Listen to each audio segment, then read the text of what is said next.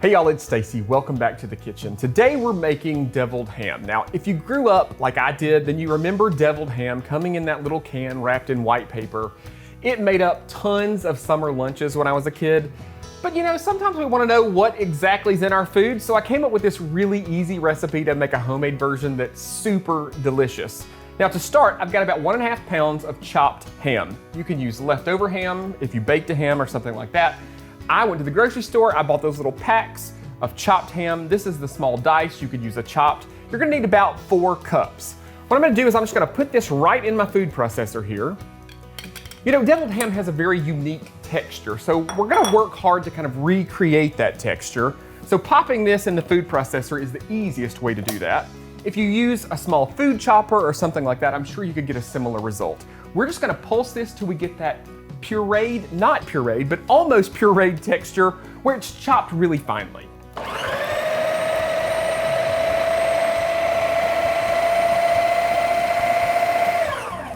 And I think we're just about there. Let's give it one more pulse.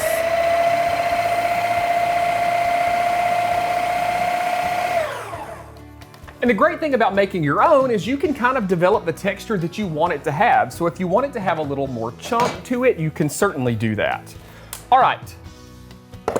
Now some people refer to this as ham salad. This is kind of a version of ham salad, I guess. But for me, there's something nostalgic about deviled ham, so that's what I call it. All right, I'm gonna put this in a large bowl here.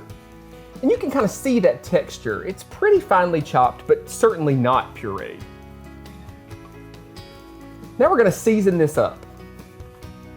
To this, I'm gonna add about 3/4 cup of mayonnaise. Just right in here. I've got about a tablespoon of Dijon mustard. I've got 2 teaspoons of white vinegar and about a teaspoon of Worcestershire. I'm also gonna do a couple dashes, about 1/4 teaspoon of hot sauce. And with all cooking, you can certainly tailor this to your taste. So if you want a little more heat, you could certainly add some more. Some people even talk about adding some onion or some pickles in when you puree or when you pulse the ham there, just to give you some more flavor and more texture. I kind of like the simpleness of just the ham and the seasonings with the mayonnaise. Once this is stirred together, pop it in the fridge, allow those flavors to develop. You may need to add a little salt, a little pepper. I find most cases though, ham is salty enough without it, but you could certainly, after it's had some time to rest, adjust the seasonings however you like. Serve it on crackers, serve it in a sandwich, serve it as a dip. It's a great party food, it's a great summer sandwich. There's tons of options. Folks, you can find this full easy recipe by heading over to the website at southernbite.com and just visit the Simply Southern TV tab right at the top. Y'all enjoy. Mary, are you old enough to remember those little cans of deviled ham wrapped up in the white paper? I don't guess so, because this was my first experience with deviled ham. Well, when I was a kid, I ate many sandwiches made out of that stuff, but I never understood why it was called deviled ham. I assume when you add those spices, that's what makes it deviled? And you would be correct there. But I never thought about all the different ways to serve it, as Stacey was talking about there at the end of the segment. That's right, as a dip, as a spread, or on a sandwich. It's really good. And by the way, Stacey says it'll keep in the fridge for 3 to 5 days after you make it, but he does not recommend freezing it. Well, as we come to the end of another cooking segment, that also brings us to the end of another Simply Southern. Thanks for watching, and come on back next week when we'll talk about one of the highlights of early spring in central Alabama, the Southeastern Livestock Expo Rodeo.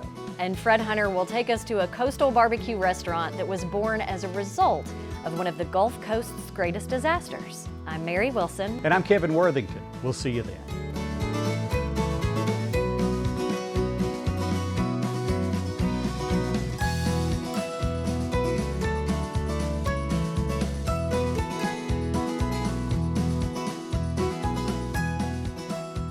Simply Southern is produced by the Alabama Farmers Federation and made possible with the support of these sponsors.